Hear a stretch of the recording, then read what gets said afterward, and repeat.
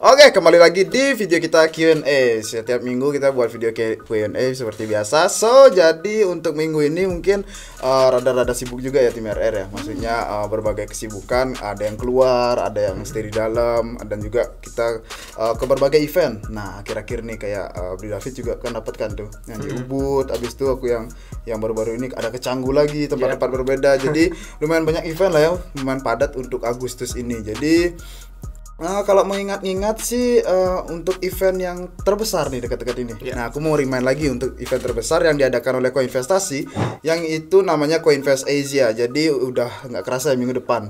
Gitu. Minggu depan tanggal 25-26 ya? Iya, 2 hari eventnya. Jadi buat teman-teman yang belum update tentang info itu, langsung aja berkunjung di www.koinvest.asia. Langsung aja lihat selengkapnya di sana. Ada juga spesial promo tiket dari kode kita. Nah, gunakan kode Republik Rupiah 35 biar dapat diskon 35%.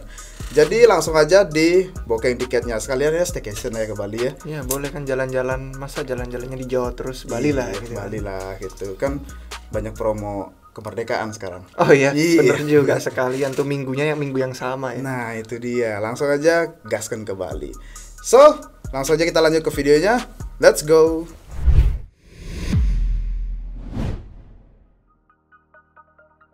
Oke, video kita kali ini disponsori oleh Dragon Master. Nah, nanti kita bakal jelasin tuh di tengah-tengah video kita. Langsung aja kita ke pertanyaan pertama nih. Apakah Ethereum Coin yang bergantung kepada Vitalik? Bagaimana jika Vitalik tidak ada? Dari Raflim. Nah, kalau dibilang bergantung sih kan si Vitalik yang punyanya juga ya, si foundernya. Nah, jadi kalau dibilang bergantung ya pasti ada San. Maksudnya dari image dan lain-lain yang gitu nggak sih? Kalau kita berkaca dari kejadian Phantom juga dulu, dari developernya si Bapak DeFi gitu kan pasti ada juga kayak ketergantungan gitu dari segi image. Kalau dari David gimana nih? Vitalik ya, bergantung apa enggak? Sebenarnya bergantungnya juga tergantung orang ya. Kadang orang mikirnya Ethereum tuh ya udah Vitalik sendirian gitu kan. Kayak yang bikin aplikasi Uniswap segala macam Vitalik, yang bikin blockchainnya Vitalik gitu kan, terus semuanya Vitalik yang ngerjain kan. Kalau orang mikirnya gitu ya pasti nanti mereka panik misalkan tiba-tiba Vitalik nggak ada. Entah nggak ada vakum lah, atau entah nggak adanya sakit atau gimana, pasti orang-orang panik gitu kan. Tapi kalau misalkan mereka tahu ada orang lain gitu kan, misalkan mungkin Satoshi sekarang hilang tapi di balik layar diem-diem bantuin Vitalik gitu nggak tahu. Jadi kan masih ada tim yang lain gitu kan untuk mengerjakan proyek. Jadi kalau mungkin teman-teman udah ada yang nonton video CZ Binance yang kemarin, jadi di balik itu masih banyak ada tim-tim yang lain gitu, tapi si CZ aja yang untuk tampil di depan gitu. Jadi kalau bisa dibilang bergantung banget sih enggak, mungkin yang enggak. Jadi enggak, mungkin ada impactnya pasti ada gitu, karena itu figurnya di sana gitu aja sih. Mungkin dari David ada tambahan? Ya kurang lebihnya itu sih. Kalau misalkan orang melihat figur publik, pasti kan yang ketahuan itu kan. Biasanya kalau proyek ya, oh CEO-nya ini, oh foundernya ini. Tapi kan di balik layar juga ada banyak banget orang kan. Dan mungkin kalau misalkan kalian nonton, sebenarnya ada video bagus yang bisa ditonton di channel kita. Di channel kita tuh kemarin ada video update terakhir soal The Merge. Itu kan di dalam videonya ada pertanyaan tuh, kenapa kok The Merge lemot banget? Kok udah bertahun-tahun gak selesai-selesai nih? Bukannya Vitalik tinggal pencet tombolnya aja terus langsung lanjut The Merge gitu kan? Apakah ada yang menentang Vitalik atau gimana? Kalau nonton video itu sebenarnya bagus sih, dijelasin prosesnya tuh gimana dan kenapa kok lama. Karena ternyata Vitalik itu nggak memegang peran banyak gitu loh untuk Ethereum sendiri. Dia di awal kan pas kecil dia bikin white paper, dia yang bantu membangun. Tapi kayak dia pun butuh bantuan banyak banget developer di balik layar. Ya ada beberapa yang nggak di balik layar sih, kayak Gavin Wood-nya Polkadot itu dulu yang bantuin ngoding sampai jadi mesin virtual Ethereum-nya. Terus ya ada beberapa orang lain kayak Peter namanya, dia yang bikin software juga. Terus kalau sekarang yang The Merge, mungkin kalau kalian lihat di Twitter itu yang muncul kayak tim Baiko dan beberapa orang lain, itu kadang malah mereka meeting menentukan Ethereum mau kemana. Si Vitaliknya kadang nggak masuk, malah di Zoom call-nya. Kadang tiba-tiba dia telat, pertengahan meeting si Vitalik baru masuk kan, nimbrung kayak, yo guys ngomongin apa nih gitu kan. Jadi sebenarnya kalau dilihat udah desentral dalam hal pengembangannya sih sekarang. Jadi misalkan Vitalik nggak ada, oke, sentimennya buruk pasti. Orang-orang kayak, lah gimana nih? Karena kita melihat dia sebagai figur utama. Tapi kalau soal pengembangan mah, ya Vitalik nggak ada, orang-orang yang dibalik tadi itu tetap jalan terus aja gitu kan, tetap berlanjut. Jadi secara teknologi tetap lanjut, untuk pengembangan software, untuk update apapun yang dibutuhkan, itu tetap banyak banget. Bahkan dibandingin blockchain lain yang paling besar sih komunitas developer saat ini. Benar. Jadi kalau bisa dibilang bakal mangkrak sih enggak, apalagi dari segi komunitas kan kuat banget gitu. Pasti ada aja yang pengen kontributor gitu. Ya. Kontributornya mesti banyak banget sih. Oke, kita lanjut aja ke next pertanyaan. Pertanyaan nomor 2. Update tentang Solana dong bang. Dampak kedepannya bagaimana setelah kemarin isu hack? Makasih tim RR dari @vendika JR. Oke, emang nih Solana akhir-akhir ini agak gini ya, banyak-banyak ada isu-isu, ada serangan dan lain-lain. Gimana nih Bro David nih kalau dari updatean yang sekarang nih? Oke. Untuk updatean yang sekarang sebenarnya kalau kita ngelihat, kan pendirinya Anatoly ya. Terus ada beberapa nama lain di Twitter kayak Austin, dia yang kepala komunikasinya. Jadi biasanya dia sih yang sering ngobrol sama orang kalau ada isu, ada masalah, biar orang bisa ditenangkan. Kayak orang humasnya lah ya. Dia yang bagian sama komunitas. Dan kalau ngelihat sih sebenarnya memang apa ya, banyak hal yang mengkhawatirkan. Tapi banyak dari yang kekhawatiran itu juga kadang rada memang sengaja dibikin FAT kadang. Misalkan kayak yang kemarin hack gitu kan, itu kan yang kena dompet kan, dan dompetnya itu ternyata kesalahannya ada di penyedia provider dompetnya sendiri. Jadi yang kehack bukan blockchain Solananya, cuman orang-orang langsung, biasanya yang dari blockchain lain nih, dari Ethereum, dari Cardano, dari yang mana-mana, seneng banget ngelihatnya kalau ada yang gagal gitu kan, langsung dicaci maki, terus dibilang kayak, wah ini emang nggak jelas, proyek jelek, blockchainnya jatuh. Terus akhirnya makin berat deh fatnya. Dan kadang headline news juga bisa bikin ini ya, sentimen ya. Bener. Isinya apa, beritanya dibikin apa biar clickbait gitu kan.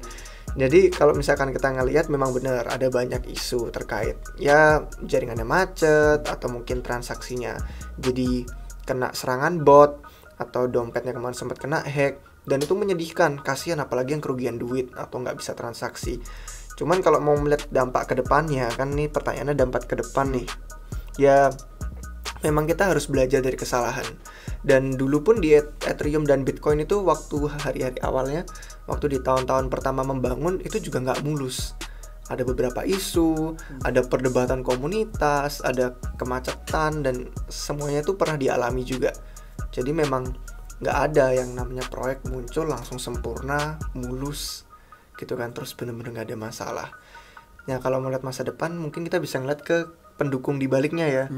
Pendukung itu kan bisa dalam dua hal nih, dalam bentuk kontribusi kayak developer atau marketing, atau dari segi duitnya. Nah kalau dari segi developer, sebenarnya Solana yang mendekati Ethereum untuk hal developers yang masuk. Jadi ada kayak Ethereum, terus ada beberapa nama lain kayak Polkadot, Cosmos, Near gitu kan. Itu juga pada lagi naik developer activity-nya. Terus dibantu sama Solana juga yang lumayan tinggi. Tapi kalau dari segi duit, itu visi banyak tuh. Si SBF kan ya ada. Bener. SBF, ada FTX, Alameda, dan orang-orang di balik mereka yang visi-visinya besar duitnya, bertaruh itu loh pengen sukses. Jadi kalau melihat jangka pendek memang ada banyak risiko, dan itu pun terjadi sama proyek-proyek pada awalnya. Memang investasi awal tuh selalu berisiko tinggi banget, karena ya kalau misalkan duit hilang sekarang bener-bener hilang. Dan kalau kita mau investasinya pas udah aman, artinya kan udah naik duluan. Kan ternyata aman, bagus, scalable, terus akhirnya kita baru mau invest, ya berarti kan kita rada terlambat masuknya. Itu pasti nanti returnnya nggak setinggi kalau invest sekarang. Cuman ya itu dia, berani apa enggak untuk risikonya sekarang, dan apakah bener ada potensi bullish untuk selanjutnya. Itu kan kita nggak pernah tahu. Jadi pilihan masing-masing aja sih. Setiap blockchain kan pasti ada masalahnya semua, nggak ada yang nggak ada masalah. Pendekatannya cuma beda-beda. Dan kalau ngelihat ya mungkin dengan dukungan visi, ada kemungkinan mereka pengen kehilangan duit sih. Berusaha gimana lah biar tetap hidup gitu kan.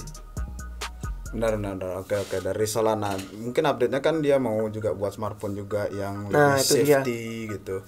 buat apa ya, untuk kayak dia masih berusaha mencari solusi yang lain gitu untuk pengembangan dari blockchainnya sendiri gitu. Kalau kita lihat itu dah istilahnya, kalau dibilang tadi kita berani nggak sekarang ini terjun lebih awal gitu. Kalau mau cari yang safe ya udah tunggu dulu gitu, wait and see gitu. Semuanya pasti nyaranin wait and see aja deh, wait and see gitu, karena mau nyari yang safe gitu. Tapi kalau ada istilahnya buy the rumor, sell the news. Nah, kalau udah ada news baik, kalian baru masuk, orang-orang pada jualan gitu. Nanti takutnya nyangkut lagi gitu. Jadi inilah yang perlu kita namanya keyakinan gitu kan. Biar nggak setengah-setengah, yakinin diri aja gitu. Mental berani baja sih. Iya benar, mental baja gitu aja. So, langsung aja kita ke pertanyaan selanjutnya. Pertanyaan nomor 3. Apa kelebihan Cardano dibandingkan Ethereum? Dari @adrsgrt.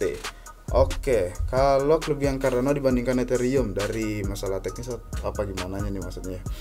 Mungkin kalau dari Cardano forknya belum keluar, hasil forknya juga ya masih ditunda, udah update-nya mungkin ya.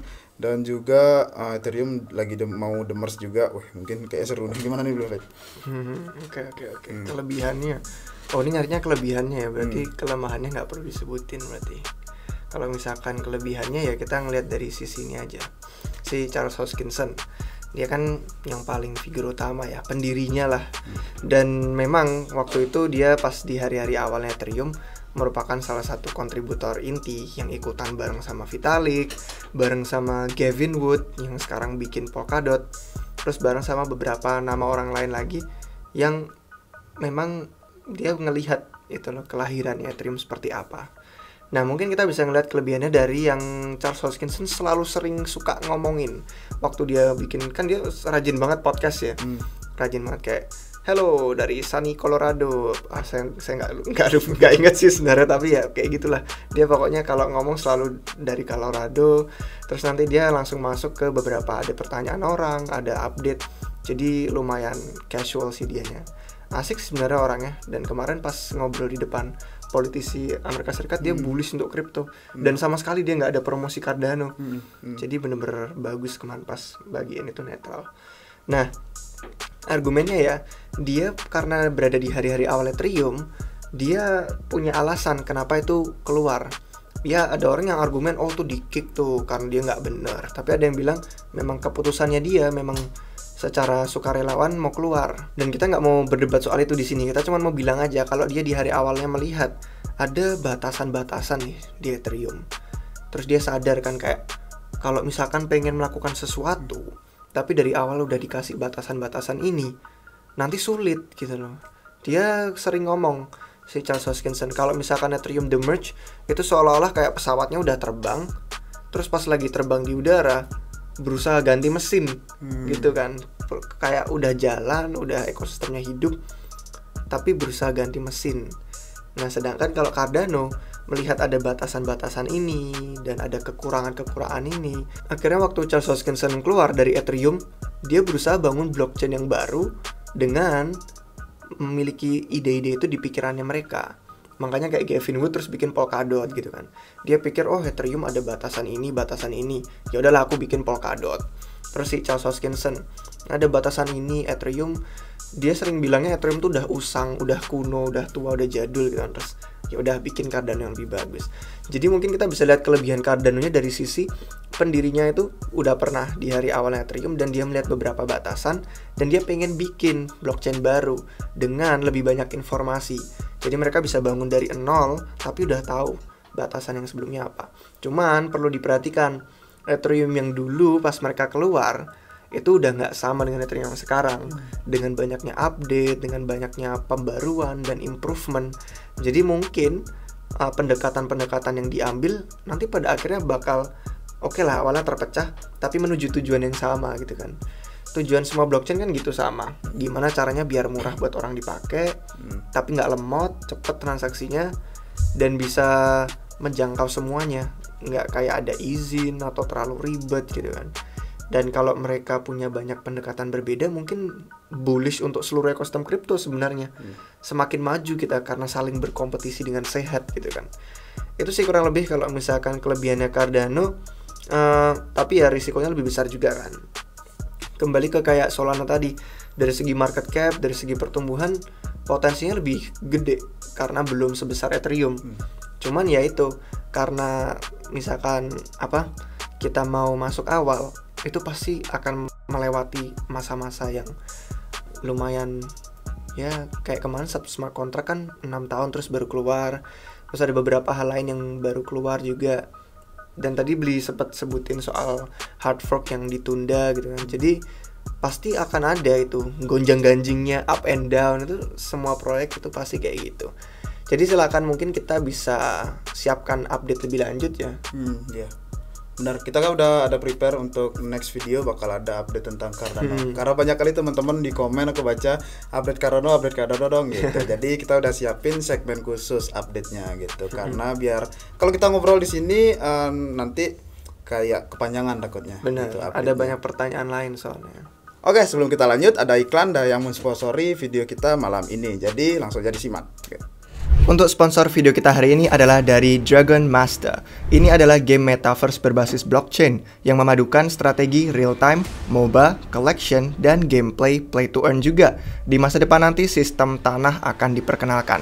Jadi nanti pemain bisa tuh secara bebas mengembangkan kota mereka sendiri, bertahan melawan musuh, memberdayakan diri mereka lewat pertempuran, penjarahan sumber daya, dan terlibat dalam kelompok. Untuk fitur-fitur gameplay baru itu ada banyak yang sedang berlangsung. Salah satunya adalah Dragon Master Breeding versi 2. Yang Breeding versi 2 ini akan memastikan keamanan randomness atau keacakan.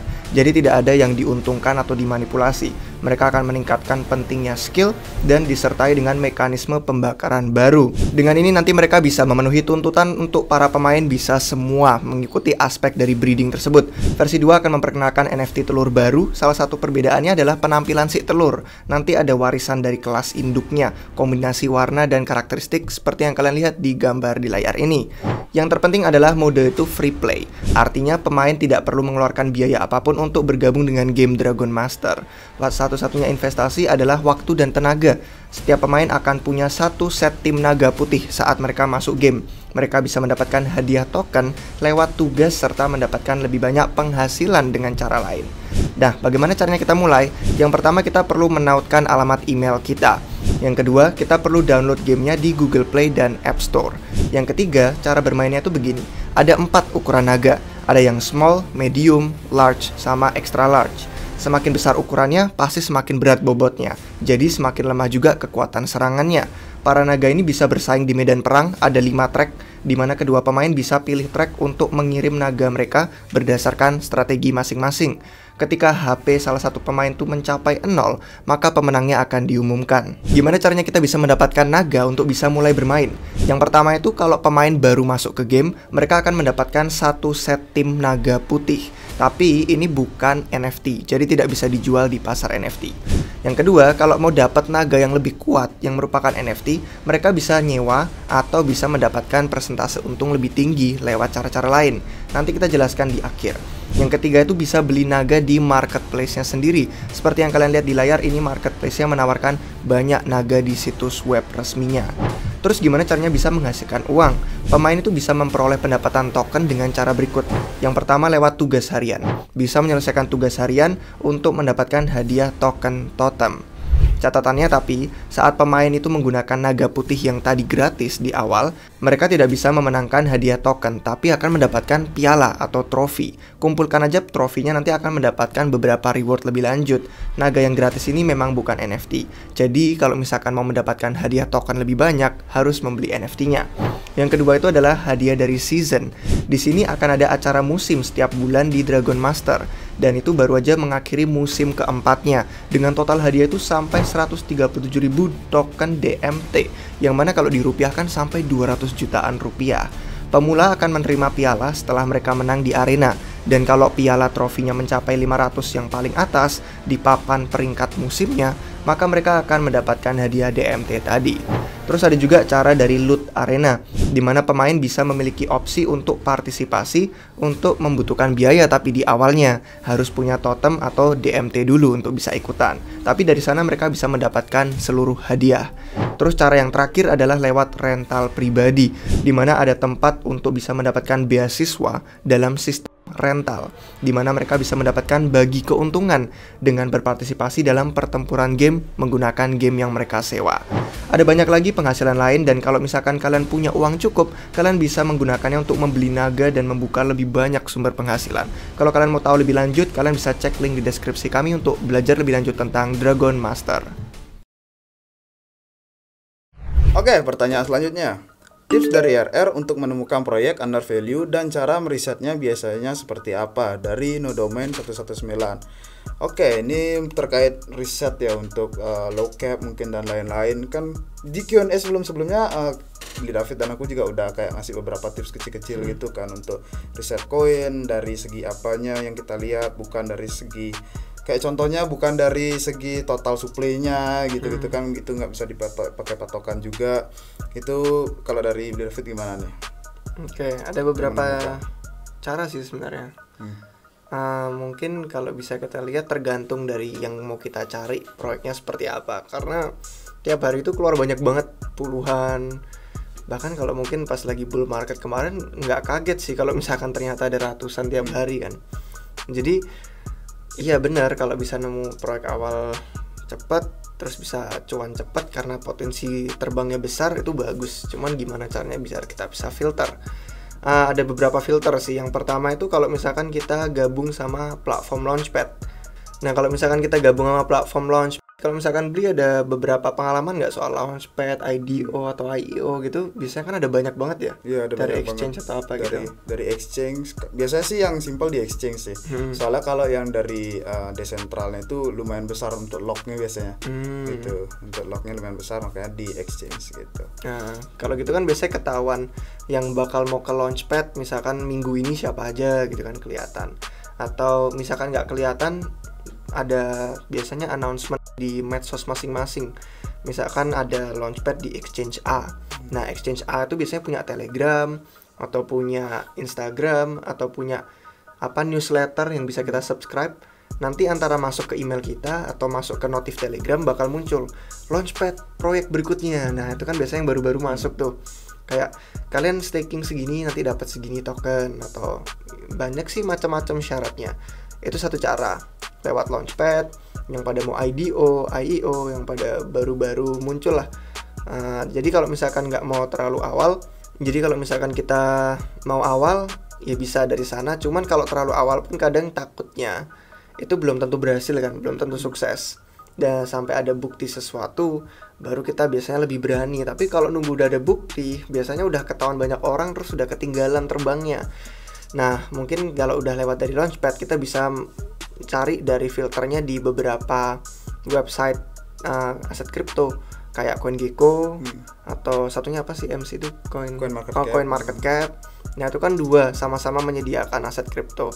Dan kalian mungkin kalau mau cari yang kecil, cari yang halamannya belakang-belakang. Tapi bener-bener nyarinya nanti masuknya ke kategori micin-micin banget ini biasanya. Kecil-kecil banget dan risikonya luar biasa besar risikonya itu kalau udah masuk sana. Nah, mungkin dari situ kita bisa mulai. Biasanya di CoinGecko atau CoinMarketCap, setiap kita milih proyek, ada medsos, ada website. Dari sana kita bisa mulai riset di sana. Misalkan mau lihat white paper, langsung pencet aja. Terus kita ngeliat, baca-baca. Atau mau ganti proyek ke halaman berikutnya, ketemu apa nih namanya, logonya menarik nih, harganya masih murah banget ini, pencet. Nanti dilihat ada medsosnya, ada apanya. Kita lihat Diornya dari sumber-sumber utamanya di situ bisa. Nah, itu beberapa cara sih kalau misalkan mau tahu gimana sih kok proyek baru kecil tapi kok udah kita denger gitu kan. Terus yang berikutnya mungkin bisa dari ngikutin beberapa orang yang punya modal kayak VC atau hedge fund yang investasi duluan. Kadang kan investor gitu dapat alokasi duluan ya. Kayak sebelum meluncur publik, sebelum orang-orang bisa beli token atau sebelum ada di exchange, si VC atau hedge fund itu bisa dapat investasi duluan. Biasanya tulisannya kayak investment round atau seed round atau investasi seri A, seri B gitu.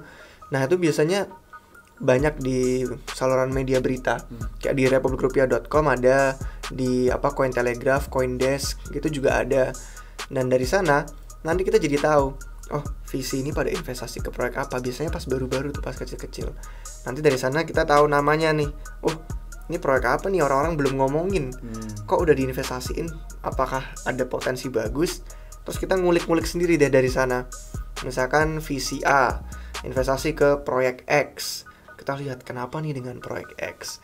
Itu 3 yang awal sih, dari Launchpad, dari CoinGecko, CoinMarketCap, atau dari website atau portofolionya si visi yang kita ikutin. Karena ada beberapa visi yang memang bagus dan ada yang memang bisa membawa kesuksesan. Cuman ya nggak semua, karena banyak banget visi yang nggak jelas, cuman diversifikasi duit doang ke beberapa porto, tapi bukan bener-bener percaya, cuman kayak taruhan aja, ya wis lah taruh berapa, nanti kalau mati ya mati, biar jadi abu, kalau terbang ya bersyukur. Jadi itu sih 3 yang awal. Gimana kalau menurut dia, ada tambahan nggak untuk ini? Kebetulan sih aku dulu kan sering riset-riset gitu untuk koin-koin yang token-token yang baru rilis gitu. Jadi kalau dalam hal riset sih mungkin aku mau nambahin dikit. Kalau di CoinMarketCap tuh ada yang new release, kan ada tabelnya khusus gitu. Kalau mau lihat di sana itu yang paling new release banget ada. Habis itu mungkin yang patut diperhatikan karena saking banyaknya harian tuh pasti ada baru kan.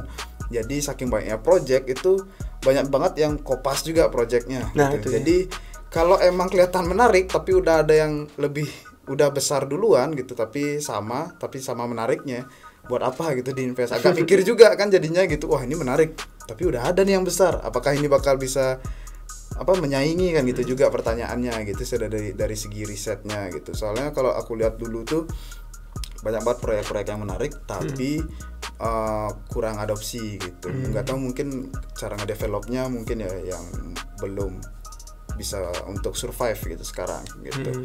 Gitu ya sih untuk riset. Kayaknya udah komplit deh semuanya tuh cara menemukannya. Ada satu lagi sih yang mau kita bilang, kalau misalkan mau menemukan proyek yang baru, mungkin masih market cap-nya kecil tapi sekaligus dapat hasil risetnya lengkap dalam bahasa Indonesia, itu bisa dengan bergabung menjadi anggota RR di website kita, bulurupiah.com. Ada beberapa anggota tim kita yang melakukan riset, dan itu seminggunya bisa beberapa kali. Ada ketahuan nih proyek-proyek yang kadang member aja kayak baru pertama denger nih. Terus ada risetnya, bagusnya apa, pro-nya apa, kontranya apa, tokenomiknya gimana, foundernya siapa, itu kita bahas semua. Dan kalian bisa akses semuanya, gambar, tulisan, segala macam. Terus bisa diskusi di Discord nih selanjutnya. Kalau mau gabung bisa ke deskripsi di bawah, republikrupiah.com, di sana lengkap. Dan kebetulan nanti menjelang Agustus nih, Agustusan ada promo kemerdekaan juga. Jadi kalau kalian ngikutin medsos kita, nanti nggak bakal ketinggalan pengumumannya, dapat diskon nanti untuk yang gabung jadi anggota RR. Jadi harus dipantengin di sosial media kita aja nih untuk diskon lebih lanjutnya. Promo apakah itu nanti pantengin. Oh iya, Beli bilang kan tadi bisa dari member bisa diskusi langsung kan di Discord tentang new project kayak tadi. Biasanya kan dari member juga ada yang kayak request gitu kan biasanya. Bahas ini dong gitu, kayaknya menarik. Nah, itu bisa juga gitu. Soalnya kan banyak nih dari komunitas publik dan komen-komen bahas ini itu terlalu overload kitanya kan. Biasa kita tampung gitu. Kalau dari segi member kan lebih dekat gitu langsung. Bahas ini dong, biasanya langsung aku cek dan teman-teman juga cek gitu. Oke, langsung aja ke pertanyaan selanjutnya.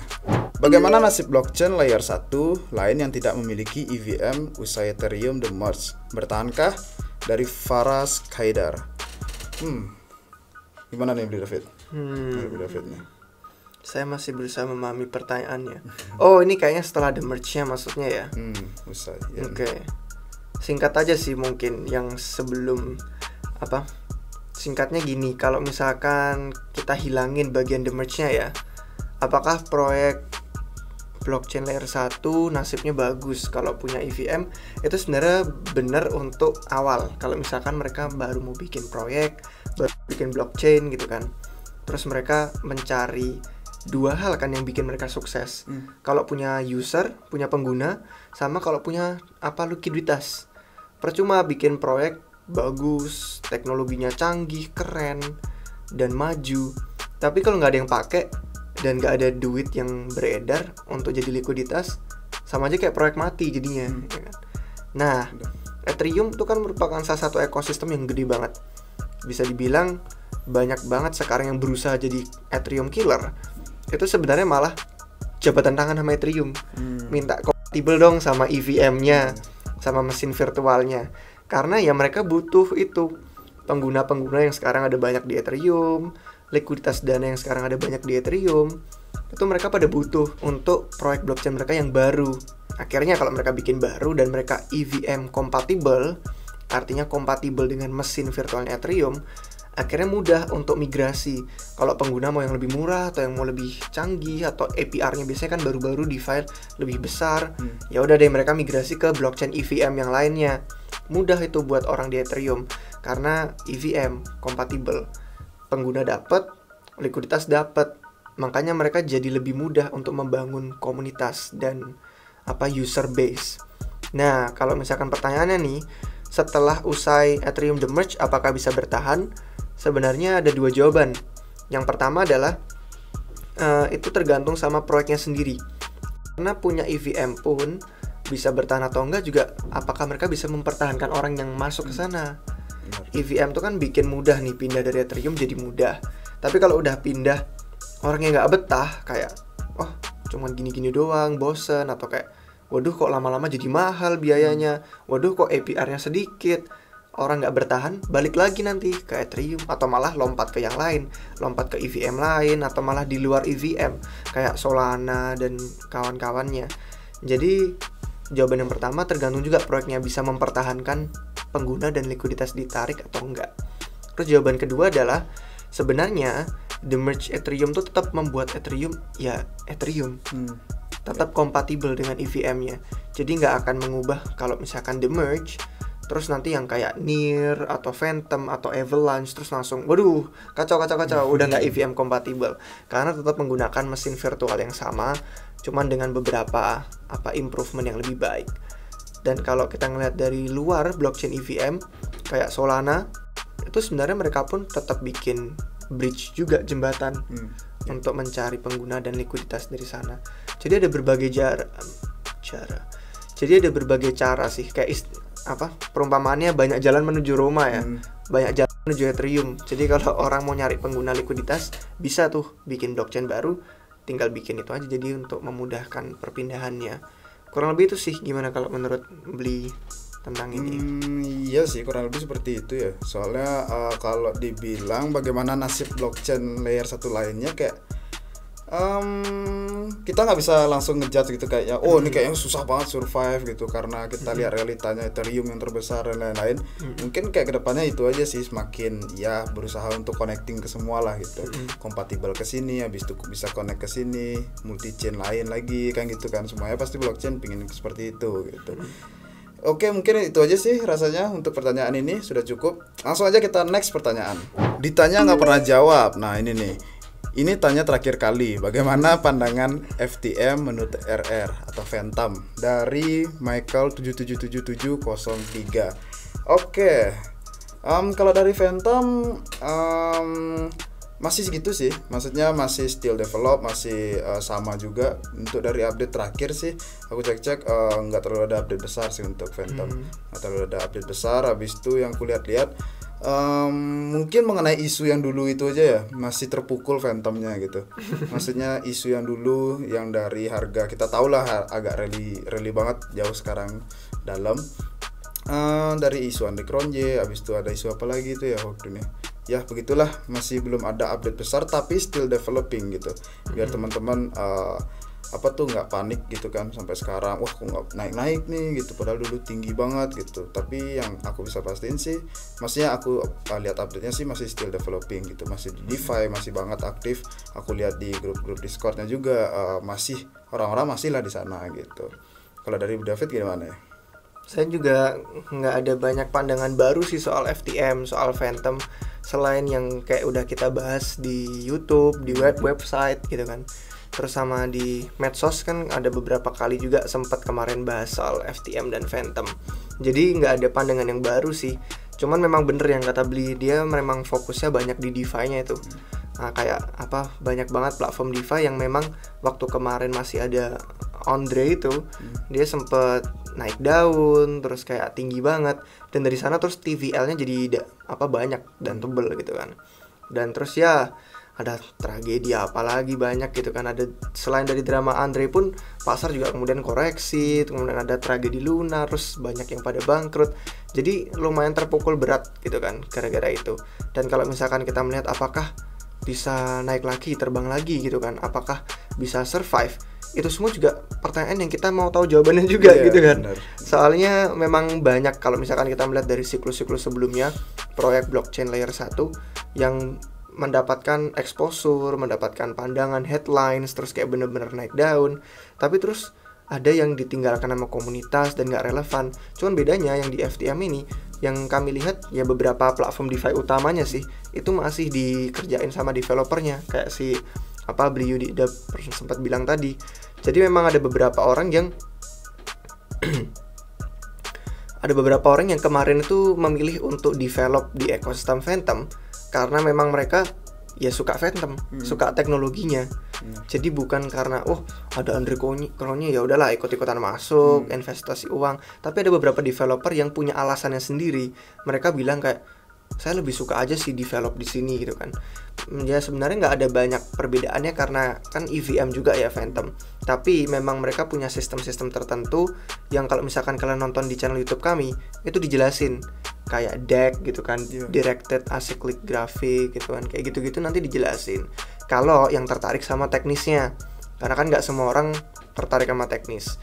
Jadi mungkin bisa kalian cek sih untuk Phantom yang penjelasan review pertama kami di YouTube ini, terus sama update-nya. Karena kita kan udah lewat beberapa bulan, nanti kita melakukan update lain. Tadi Yudi bilang Cardano update kan, karena banyak diminta. Nanti yang lain kita bikinin juga, kayak Solana update, terus kayak Avalanche update, NIR, dan beberapa nama lain lah.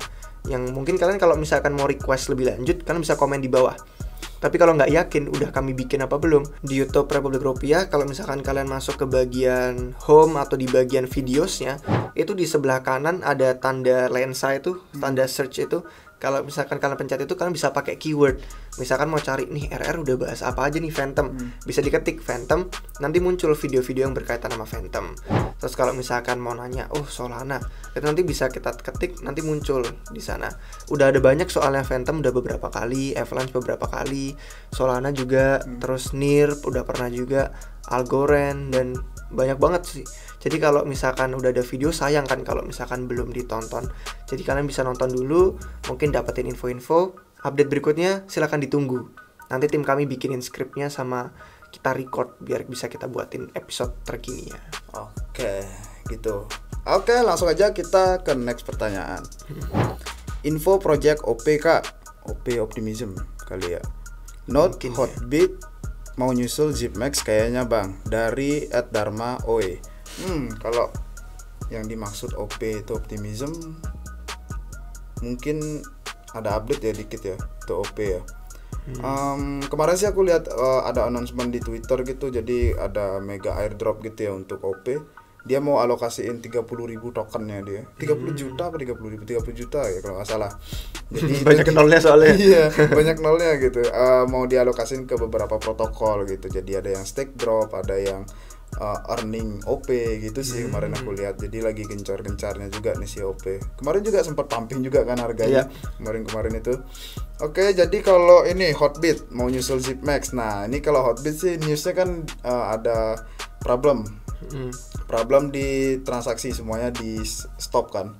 Maksudnya dari withdrawal, habis itu dari trading, itu semuanya di stop. Mungkin karena ada beberapa gini ya, kendala di intern deh kalau nggak salah. Aku belum, karyawannya katanya. Karyawannya kalau nggak salah. Jadi aku belum baca secara detail tadi pagi itu sih. Kalau dari David gimana nih? Kalau untuk OP sih nggak banyak komen sih, karena kan kita udah sempat bahas beberapa saat lalu juga. Dan Beli Yudi malah lebih tahu sih tadi untuk update-nya yang airdrop terbaru, dan biasanya para pemburu ini langsung siap-siap gitu kan. Langsung siap-siap biar bisa dapat. Dan ya semoga aja ada beberapa dari kalian yang bisa dapat juga, karena kemarin kan kita ngerasain dapat yang pertama dan itu lumayan juga pas masih di $3 gitu kan. Sekarang kan udah lumayan turun juga. Kalau ngomongin soal Hotbit, kalau nggak salah ini yang di Indonesia tuh dipakai untuk ini ya, banyak berburu micin biasanya ya. Soalnya kan banyak proyek-proyek yang kalau masuk Coinbase atau Binance itu kan sulit kan, atau masuk exchange besar lain kayak FTX atau yang lain. Dan di Hotbit tuh biasanya kadang kalau nyari yang kecil-kecil yang belum banyak orang tahu atau belum banyak listing, biasanya udah ada duluan tuh di Hotbit. Kalau nggak salah ya. Soalnya ada banyak sih yang namanya mirip-mirip. Bit, ada Bybit, ada Bit apalagi lah. Hotbit kayaknya bener sih itu.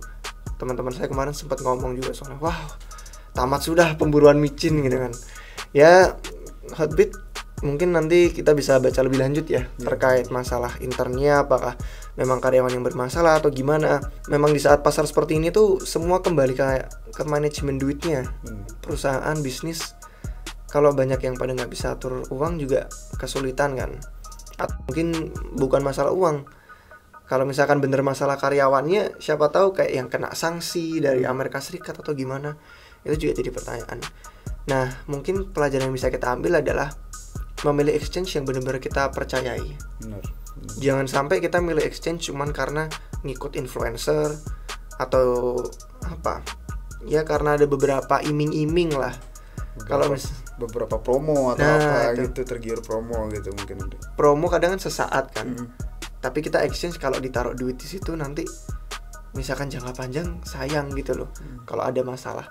Makanya kami selalu memberi saran kalau mau jangka panjang dipegang untuk apalah, mungkin untuk buat pensiun nanti atau buat investasi ke masa depan, itu emang lebih baiknya sih di dompet pribadi. Entah yang kayak MetaMask, entah yang kayak dompet keras kayak Ledger. Itu lebih aman sih daripada ditaruh di exchange. Dan kalau mau tahu lebih lanjut, kita bakal lagi nyiapin juga sebenarnya skrip perbandingan exchange nih. Nah, iya. Dari siapa yang paling murah, siapa yang paling aman, siapa yang paling bagus. Nanti ada kategori masing-masing dan nama-nama exchange-nya tuh beda-beda tuh di masing-masing kategori. Nanti kita bakal obrolin satu persatu. Kita bakal ngomongin yang ada di luar dan yang ada di dalam negeri juga. Jadi kalau misalkan kalian nggak mau ketinggalan videonya, kalian bisa subscribe ke channel YouTube kita. Oke, mungkin ada yang request dari sekarang, bisa langsung komen di bawah gitu, biar aku bisa list gitu dan juga tim bisa lihat juga. Boleh. Oke, langsung aja kita ke pertanyaan selanjutnya. Oke, kalau Ethereum 2.0 udah jadi, gimana nasib Moonbeam Mint? Nah, kalau dibilang nasib sih dampaknya segitu aja ya untuk dari Moonbeam-nya. Soalnya apa ya, kayak beda korelasi sih gitu menurut gue dari Ethereum ke Moonbeam gitu. Nah, kalau dari David gimana nih? Mungkin dari infrastruktur fungsinya si Moonbeam gitu.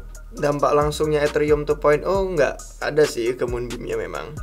Bener kata Bli, karena memang ya tetap Ethereum yang sekarang dengan Ethereum yang the merge juga memang ya tetap Ethereum gitu kan. Oke lah berubah proof of work jadi proof of stake, tapi sebenarnya tetap secara garis besar kan Moonbeam punya kayak jembatan berhubungan dengan Ethereum, menghubungkan dia dengan Polkadot gitu kan. Itu tetap sama seperti biasa. Jadi kalau mau tahu misalkan beberapa minggu lalu atau tahun lalu kalian pikir Moonbeam itu bullish, berarti sekarang masih bullish setelah itu 2.0 juga.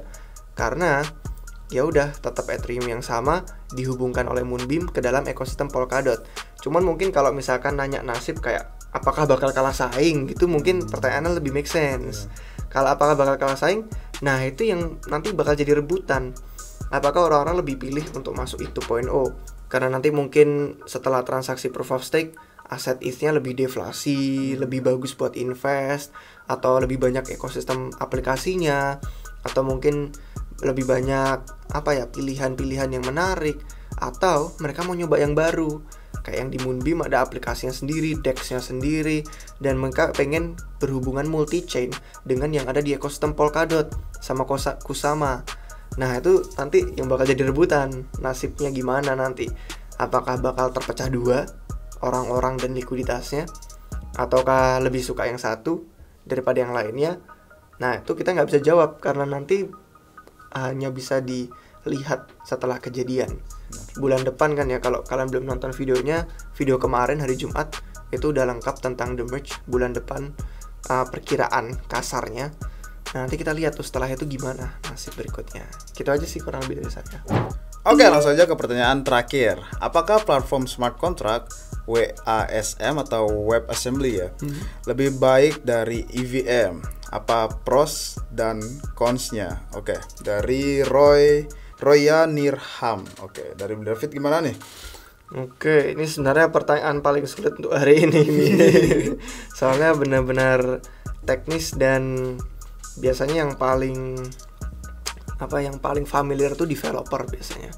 Dan saya sendiri pun nggak bisa bilang banyak sih karena bukan developer juga latar belakangnya kan. Cuman ada beberapa hal yang sempat saya baca. Si Wasm itu WebAssembly tadi itu si Gavin Wood-nya yang mendirikan Polkadot itu percaya lebih cocok untuk dijadikan bahasa pemrograman buat smart contract di blockchain. Jadi daripada EVM yang sekarang ada di Ethereum. Nah, ada beberapa proyek tuh yang di Polkadot gitu kan. Kayak si Astar itu kan parachain di Polkadot. Pendirinya setuju sama si Gavin Wood, pendirinya juga ngomong gitu. Smart contract dengan EVM itu bukan masa depan, dibilangnya gitulah. Wasm atau WebAssembly itu akan menjadi masa depannya smart contract gitu dibilangnya. Si Astar sama si Gavin Wood bilangnya gitu. Jadi kalau misalkan mau membandingkan, mungkin tanyanya bukan ke segi teknis yang bisa kita jelaskan pro dan kontranya. Tertarik sih saya sebenarnya baca. Udah sempat ada beberapa bahan bacaan sih, cuman belum nemu moodnya karena ya itu tadi latar belakang developer nggak ada, jadi rada sulit memahaminya kan. Apalagi dalam bahasa Inggris gitu kan. Jadi ya sorry ya, kita nggak bisa banyak ngasih tahu soal perbandingan pro dan kontra. Cuman bisa ngutip tadi aja sih dari Gavin Wood yang mendirikan Polkadot sama dari si Sota dirinya Astar. Kata mereka sih Wasm lebih bagus buat smart contract daripada EVM gitu sih. Iya, jadi kita nggak bisa banyak jawab ya untuk itu karena dia udah menyangkut teknis yang deep sih menurutku juga. Yeah. Ini terkhusus pertanyaan untuk developer gitu sih. Oke, mungkin segitu aja untuk hari ini. Jadi terima kasih teman-teman yang udah nonton video kita sampai akhir. So aku mau ingetin sekali lagi, minggu depan datang ke acara CoinFest Asia yang diselenggarakan oleh Koinvestasi di Bali gitu. Bakal ketemu kita juga. Kayaknya kita semua tim udah bakal ke sana gitu juga. So jangan lupa langsung cek websitenya coinvest.asia. Oke, segitu aja untuk hari ini. Jangan lupa like dan subscribe channel Republik Rupiah biar nggak ketinggalan info-info penting dari seputar cryptocurrency. Oke, see you di next episode Q&A. Cheers. Hai guys, jangan berhenti sekarang. Kalau kalian baru di dunia kripto atau udah berpengalaman tapi masih mau mendalami dunia kripto, kami punya bantuan dan informasi yang bisa kalian temukan dengan menjadi anggota Republik Rupiah. Nah, dengan menjadi anggota RR, kalian akan mendapatkan rangkuman dan komentar pasar, update portofolio tim RR, kemudian riset koin dan token kripto, peluang airdrop, ICO, DeFi, dan NFT, ada video tutorial dan kursus, serta akses ke perpustakaan dan alat riset kami. Nah, kalian dapat menemukan semua harga dan informasi untuk link pendaftaran di deskripsi video di bawah ini. Nah, di website republikrupiah.com kami juga punya artikel berita gratis, blog gratis, dan link ke semua video YouTube kami. Di sana kalian juga bisa temukan merchandise yang kami jual, yang biasanya dipakai sama David itu. Nah, perlu diingat bahwa setiap konten yang kami buat bertujuan untuk edukasi dan juga hiburan. Jadi buat kalian yang membutuhkan saran investasi maupun nasihat keuangan, silahkan hubungi seseorang penasehat keuangan. Sampai jumpa di episode selanjutnya. Bye!